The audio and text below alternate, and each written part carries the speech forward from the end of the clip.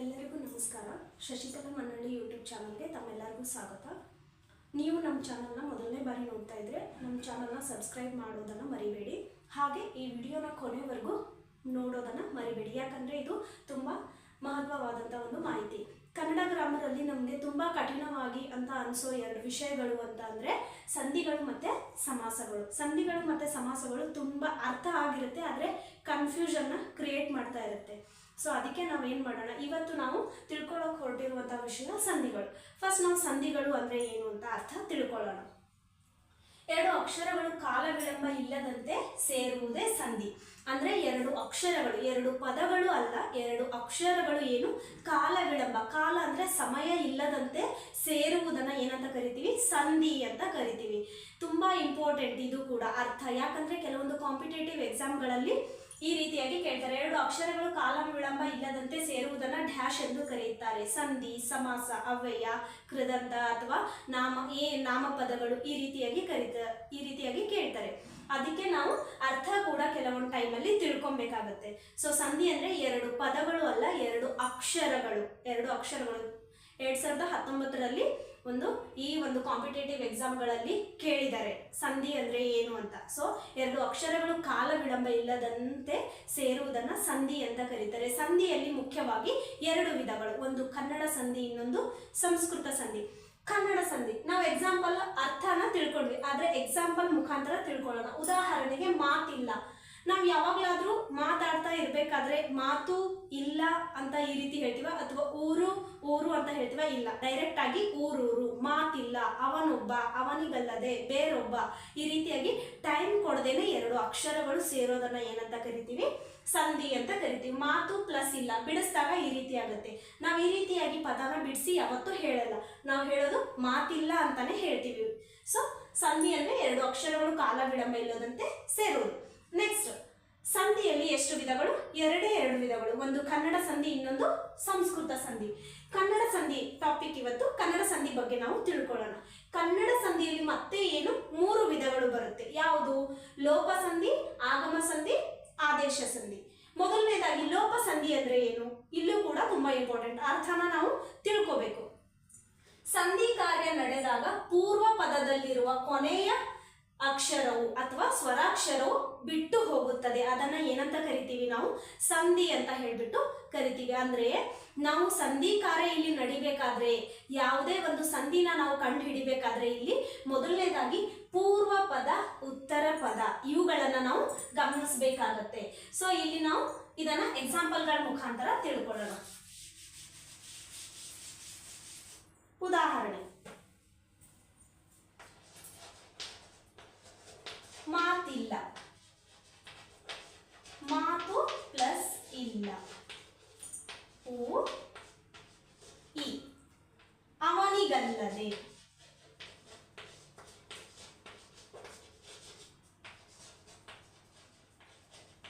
ಅವನಿಗೆ ಪ್ಲಸ್ ಅಲ್ಲದೆ. ಎಕ್ಸಾಂಪಲ್, ಲೋಪ ಸಂಧಿ ಅಂದ್ರೆ ಏನು? ಸಂಧಿ ಕಾರ್ಯ ನಡೆದಾಗ ಪೂರ್ವ ಪದದಲ್ಲಿರುವ ಕೊನೆಯ ಸ್ವರಾಕ್ಷರವು ಬಿಟ್ಟು ಹೋಗುತ್ತದೆ.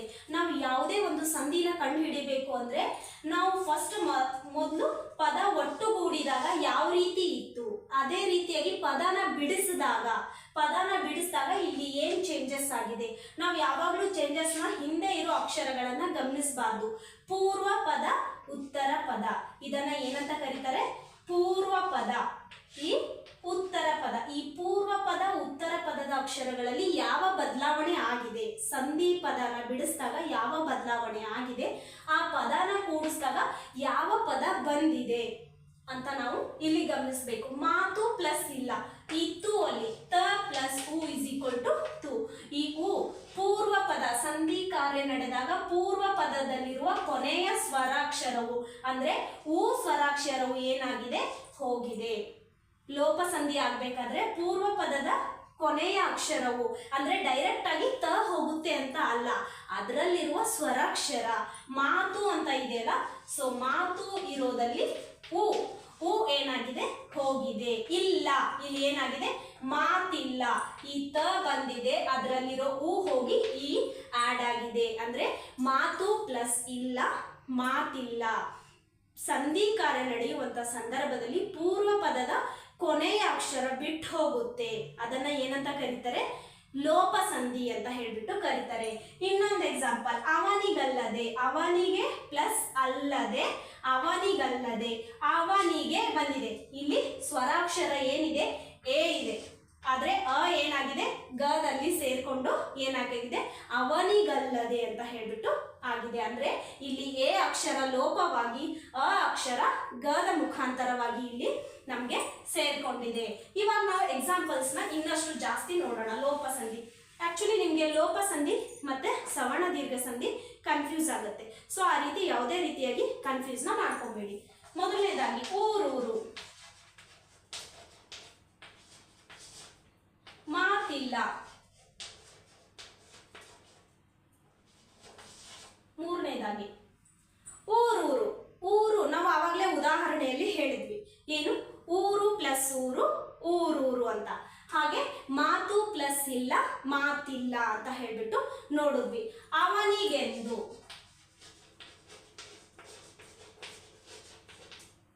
ಅವನಿಗೆ, ಅವನಿಗೆ ಪ್ಲಸ್ ಎಂದು, ಅವನಿಗೆ.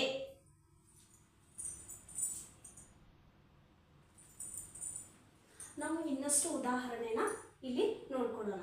ಇದು ಲೋಪ ಸಂಧಿಗೆ ಇವೆಲ್ಲ ಉದಾಹರಣೆಗಳು. ಉದಾಹರಣೆ, ಅವನಿಂದು, ಅವನು ಪ್ಲಸ್ ಇಂದು,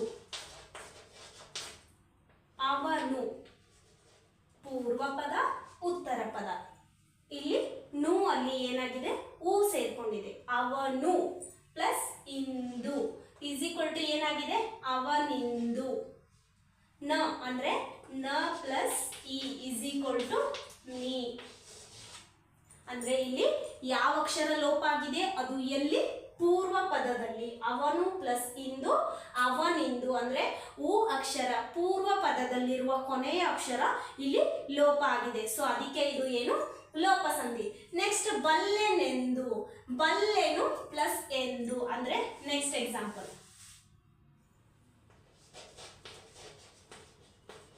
ಬಲ್ಲೆನು ಪ್ಲಸ್ ಎಂದು, ಉ ಪ್ಲಸ್ ಎ ಅಂದ್ರೆ ಸಿಂಪಲ್ ಆಗಿ ಒಂದು ಲೋಪ ಸಂಧಿ ಅಂದ್ರೆ ಪೂರ್ವ ಪದದಲ್ಲಿರೋ ಕೊನೆ ಅಕ್ಷರ ಏನಿರುತ್ತಲ್ಲ ಆ ಅಕ್ಷರದಲ್ಲಿರುವಂತಹ ಸ್ವರಾಕ್ಷರ ಅಂದ್ರೆ ಅದು ಊನೇ ಆಗಿರ್ಬೋದು, ಏನೇ ಆಗಿರ್ಬೋದು, ಅನೇ ಆಗಿರ್ಬೋದು, ಅಥವಾ ಆನೆ ಆಗಿರ್ಬೋದು, ಅಥವಾ ಊನೇ ಆಗಿರ್ಬೋದು.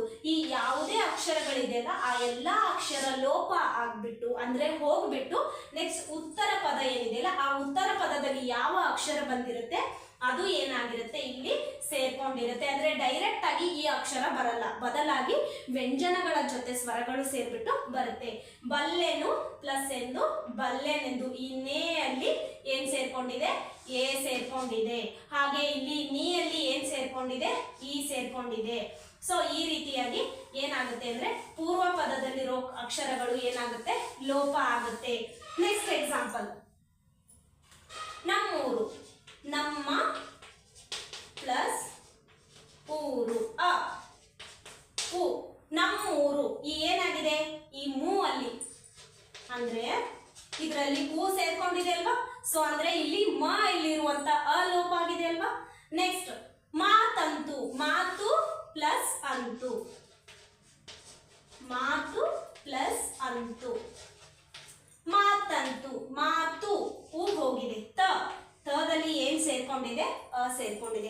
ಈ ರೀತಿಯಾಗಿ ಲೋಪ ಸಂಧಿ ಅಂದ್ರೆ ಏನು ಅಂದ್ರೆ ಪೂರ್ವ ಪದದಲ್ಲಿರುವಂತಹ ಸ್ವರ ಅಕ್ಷರ, ವ್ಯಂಜನಾಕ್ಷರ ಅಲ್ಲ, ಸ್ವರಾಕ್ಷರ ಏನಾಗುತ್ತೆ?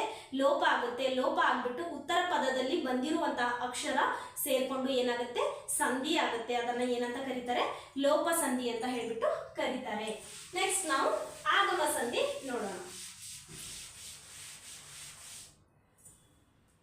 ನೆಕ್ಸ್ಟ್ ಆಗಮ ಸಂಧಿ. ಆಗಮ ಸಂಧಿ ಅಂದ್ರೆ ಏನು?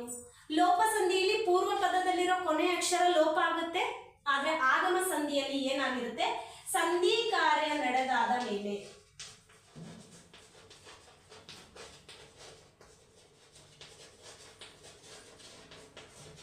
ಹೊಸದಾದ ಒಂದು ಅಕ್ಷರ ಅಕ್ಷರ ಹೊಸದಾದ ಅಂದ್ರೆ ಯಕಾರ ಅಥವಾ ವಕಾರ ಹೊಸದಾಗಿ ಆಗಮವಾಗುತ್ತೆ. ಅದನ್ನ ಏನಂತ ಕರೀತಾರೆ? ಆಗಮ ಸಂಧಿ ಅಂತ ಕರೀತಾರೆ. ಒಂದ್ ವೇಳೆ ಯಕಾರ ಆಗಮ ಆಗಿದ್ರೆ ಯಕಾರಾಗಮ ಅಂತ ಕರಿತೀವಿ. ಒಂದ್ ವೇಳೆ ವಕಾರ ಆಗಮ ಆಗಿದ್ರೆ ವಕಾರಾಗಮ ಸಂಧಿ ಅಂತ ಕರಿತೀವಿ. ಲೋಪ ಸಂಧಿಯಲ್ಲಿ ಪೂರ್ವ ಪದದಲ್ಲಿರೋ ಕೊನೆ ಅಕ್ಷರ ಲೋಪವಾದ್ರೆ ಆಗಮ ಸಂಧಿಯಲ್ಲಿ ಎರಡೇ ಅಕ್ಷರಗಳು ಬರುತ್ತೆ. ಅದು ಹೊಸದಾಗಿ ಏನು ಅಂದ್ರೆ ಯಕಾರ ವಕಾರ. ಉದಾಹರಣೆಗಳ ಮುಖಾಂತರ ತಿಳ್ಕೊಳ್ಳೋಣ. ಮನೆಯನ್ನು, ಶಾಲೆಯಿಂದ,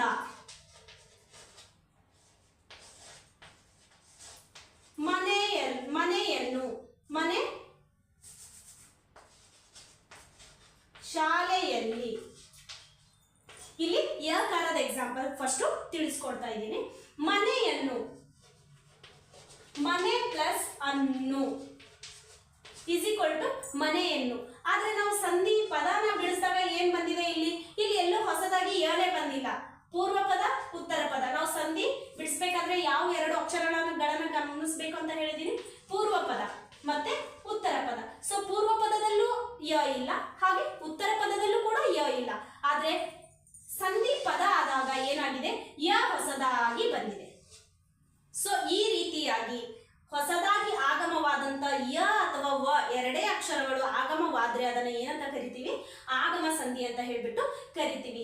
ಇದು ಯಕಾರಾಗಮ ಸಂಧಿ. ಮತ್ತೆ ನೆಕ್ಸ್ಟ್ ಶಾಲೆ ಪ್ಲಸ್ ಇಂದ, ಶಾಲೆಯಿಂದ. ಇಲ್ಲೂ ಕೂಡ ಪೂರ್ವ ಪದದಲ್ಲೂ ಯಕಾರ ಇಲ್ಲ, ಹಾಗೆ ಉತ್ತರ ಪದದಲ್ಲೂ ಕೂಡ ಯಕಾರ ಇಲ್ಲ. ಆದ್ರೆ ಪದ ಆದಾಗ ಮಾತ್ರ ಏನಾಗಿದೆ? ಯಕಾರ ಹೊಸದಾಗಿ ಆಗಮವಾಗಿದೆ. ಇದನ್ನ ಹಾಗಿದ್ರೆ ಏನಂತ ಕರೀತಾರೆ?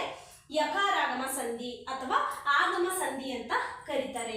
ನೆಕ್ಸ್ಟ್ ಶಾಲೆಯಲ್ಲಿ, ಶಾಲೆ ಪ್ಲಸ್ ಅಲ್ಲಿ, ಶಾಲೆಯಲ್ಲಿ. ಇಲ್ಲೂ ಕೂಡ ಅಷ್ಟೇ ಸೇಮ್, ಎಲ್ಲೂ ಕೂಡ ಯಕಾರ ಹೊಸದಾಗಿ ಆಗಮವಾಗೇ ಇಲ್ಲ. ಸೊ ಅದಕ್ಕಾಗಿ ಏನಂತ ಕರಿತೀವಿ? ಇದನ್ನ ನಾವು ಆಗಮ ಸಂಧಿ ಅಥವಾ ಯಕಾರಾಗಮ ಸಂಧಿ ಅಂತ ಹೇಳ್ಬಿಟ್ಟು ಕರಿತೀವಿ. ನೆಕ್ಸ್ಟ್ ವಕಾರಕ್ಕೆ ಎಕ್ಸಾಂಪಲ್ ನ ನೋಡೋಣ.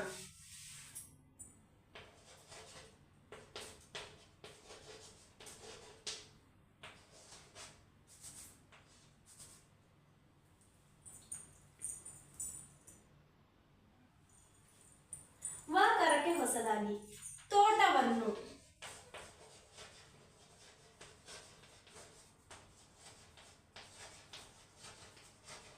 ಮರವನ್ನು. ನೆಕ್ಸ್ಟ್ ತೋಟವನ್ನು, ತೋಟ ಪ್ಲಸ್ ಅನ್ನು, ತೋಟ ಪ್ಲಸ್ ಅನ್ನು. ಇಲ್ಲಿ ಎಲ್ಲಾದ್ರೂ ಪೂರ್ವ ಪದ ಉತ್ತರ ಪದದಲ್ಲಿ ಯಾವ್ದಾದ್ರು ವಕಾರ ಬಂದಿದೆಯಾ ಬಿಡಿಸಿದಾಗ? ಬಂದಿಲ್ಲ. ಆದ್ರೆ ಸಂಧಿ ಪದನ ಕೂಡಿಸಿದಾಗ ಏನಾಗಿದೆ? ಹೊಸದಾಗಿ ವಕಾರ ಆಗಮ ಆಗಿದೆ, ಅಂದ್ರೆ ಹೊಸದಾಗಿ ವ ಅಕ್ಷರ ಬಂದಿದೆ. ಸೊ ಇದನ್ನ ನಾವು ಏನಂತ ಕರಿತೀವಿ? ಆಗಮ ಸಂಧಿ ಅಂತ ಹೇಳ್ಬಿಟ್ಟು ಕರಿತೀವಿ. ನೆಕ್ಸ್ಟ್ ಮರವನ್ನು, ಮರ ಪ್ಲಸ್ ಅನ್ನು, ಮರವನ್ನು, ಮರವನ್ನು. ಹೊಸದಾಗಿ ಏನಾಗಿದೆ? ವಕಾರ ಆಗಮವಾಗಿದೆ. ಹಾಗಾಗಿ ಇದನ್ನು ಕೂಡ ನಾವು ಏನಂತ ಕರಿತೀವಿ? ವಕಾರಾಗಮ ಅಥವಾ ಆಗಮ ಸಂಧಿ ಅಂತ ಕರಿತೀವಿ. ಮಗುವಿಗೆ, ಗುರುವಿಗೆ,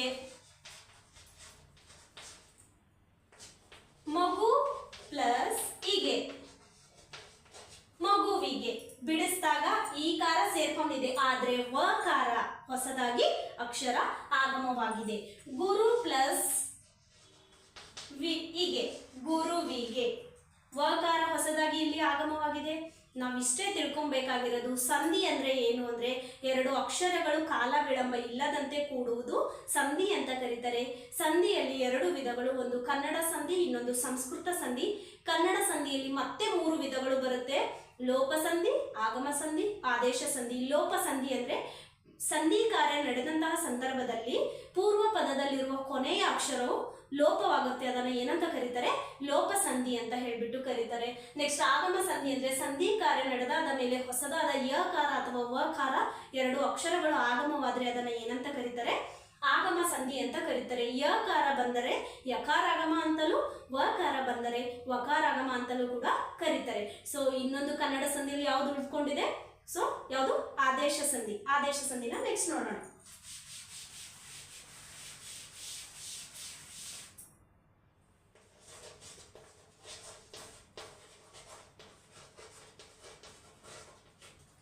ಆದೇಶ ಸಂಧಿ. ಆದೇಶ ಸಂಧಿ ಅಂದ್ರೆ ಏನು ಅಂದ್ರೆ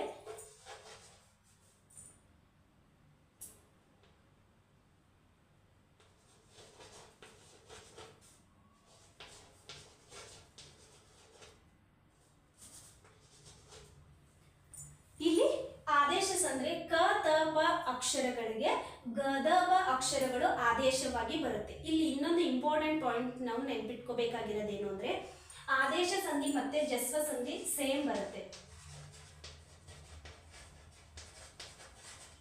ಜಸ್ವ ಸಂಧಿ ಸೇಮ್ ಬರುತ್ತೆ. ಆದ್ರೆ ಜಸ್ವ ಸಂಧಿಲಿ ಒಂದು ಟ್ರಿಕ್ಸ್ ಏನು ಅಂದ್ರೆ ಕ ಚ ತ ಪ.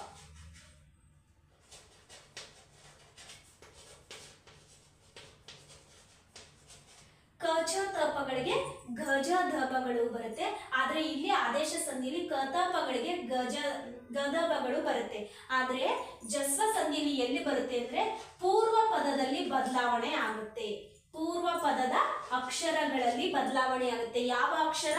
ಕಗೆ ಗ ಅಕ್ಷರ ಬರ್ಬೋದು, ಜ ಅಕ್ಷರ ಬರ್ಬೋದು, ದ ಅಕ್ಷರ, ಒಟ್ಟಿನಲ್ಲಿ ಈ ಕ ಅಕ್ಷರಕ್ಕೆ ಈ 4 ಅಕ್ಷರಗಳಲ್ಲಿ ಯಾವುದೇ ಒಂದು ಅಕ್ಷರ ಬರ್ಬೋದು, ಅಥವಾ ಚ ಅಕ್ಷರಕ್ಕೆ ಬರ್ಬೋದು, ಅಥವಾ ಕಕ್ಕೆ ಡೈರೆಕ್ಟ್ ಆಗಿ ಗನೆ ಬರ್ಬೋದು, ಚಕ್ಕೆ ಜನೆ ಬರ್ಬೋದು, ತಕ್ಕೆ ದನೆ ಬರ್ಬೋದು.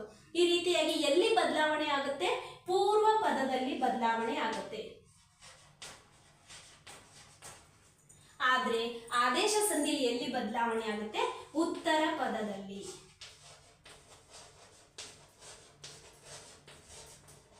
ಆದೇಶ ಸಂಧಿಲಿ ಎಲ್ಲಿ ಬದಲಾವಣೆ ಆಗುತ್ತೆ?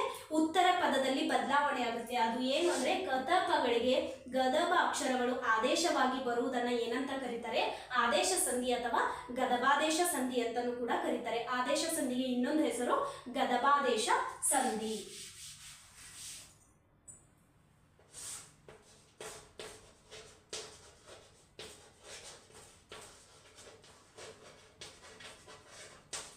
ಗದಬಾದೇಶ ಸಂಧಿ. ನಾವಿವಾಗ ಆದೇಶ ಸಂಧಿಗೆ ಎಕ್ಸಾಂಪಲ್ ನ ನೋಡ್ಕೊಂಡು ಬರೋಣ. ಹಳೆಗನ್ನಡ, ಬೆಟ್ಟದಾವರೆ, ಕಂಬನಿ, ಮಳೆಗಾಲ,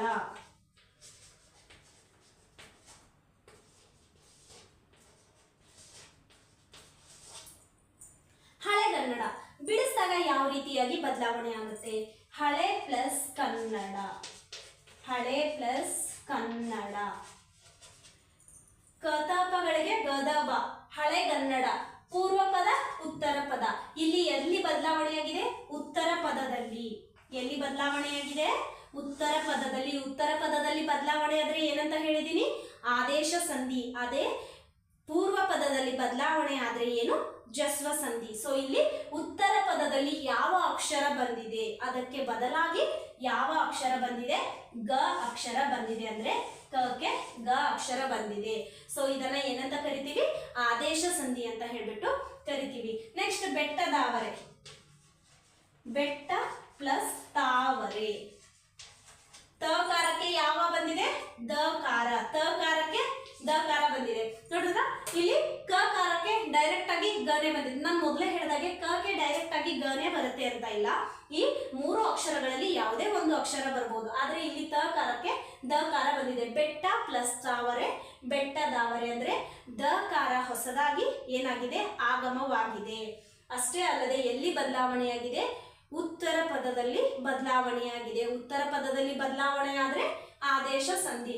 ನೆಕ್ಸ್ಟ್ ಕಣ್ ಪ್ಲಸ್ ಪನಿ, ಕಣ್ ಪ್ಲಸ್ ಪನಿ. ಪಕ್ಕೆ ಏನ್ ಬಂದಿದೆ? ಬಕಾರ ಬಂದಿದೆ. ಕಣ್ ಪ್ಲಸ್ ಪನಿ, ಕಣ್ಣಿಂದ ಬರುವಂತಹ ಹನಿ ಅಥವಾ ಪನಿ, ಕಣ್ಬನಿ ಅಂದ್ರೆ ಕಣ್ಣೀರು. ಅಂದ್ರೆ ಇದು ಯಾವ ಸಂಧಿ?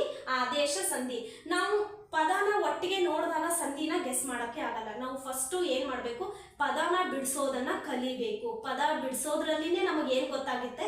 ಪೂರ್ವ ಪದ ಉತ್ತರ ಪದದಲ್ಲಿ ಯಾವ ಬದಲಾವಣೆ ಆಗಿದೆ, ಪದ ಬಿಡಿಸಿದಾಗ ಏನ್ ಡಿಫ್ರೆಂಟ್ ಆಗಿ ಬಂದಿದೆ, ಅದಾದ್ಮೇಲೆ ಪದ ಕೂಡಿಸಿ ನಾವು ನೋಡಿದಾಗ ಅಲ್ಲಿ ಏನ್ ವ್ಯತ್ಯಾಸ ಆಗಿದೆ ಅನ್ನೋದನ್ನ ತಿಳ್ಕೊಂಡ್ರೆ ಮಾತ್ರ ನಾವಿಲ್ಲಿ ಸಂಧಿನ ಗೆಸ್ ಮಾಡಕ್ಕೆ ಸಾಧ್ಯ ಆಗುತ್ತೆ. ನೆಕ್ಸ್ಟ್ ಮಳೆಗಾಲ, ಮಳೆ ಪ್ಲಸ್ ಕಾಲ. ಮಳೆಗಾಲ ಕಕಾರಕ್ಕೆ ಏನ್ ಬಂದ್ರೆ ಗಕಾರನೇ ಬಂದಿದೆ. ಮಳೆಗಾಲ, ಚಳಿಗಾಲ, ಬೇಸಿಗೆಗಾಲ, ಹಳೆಗನ್ನಡ, ನಡುಗನ್ನಡ, ಇವೆಲ್ಲ ಏನು ಬರುತ್ತೆ ಅಂದ್ರೆ ಆದೇಶ ಸಂಧಿಗಳೇ ಬರುತ್ತೆ. ಸೊ ಏನು ಓವರ್ ಆಗಿ ಮತ್ತೆ 1 ಮಿನಿಟ್ ಅಲ್ಲಿ ನಾವು ಏನ್ ಮಾಡೋಣ, ರಿವೈಸ್ ತರ ಮಾಡ್ಕೊಂಡ್ಬಿಡೋಣ.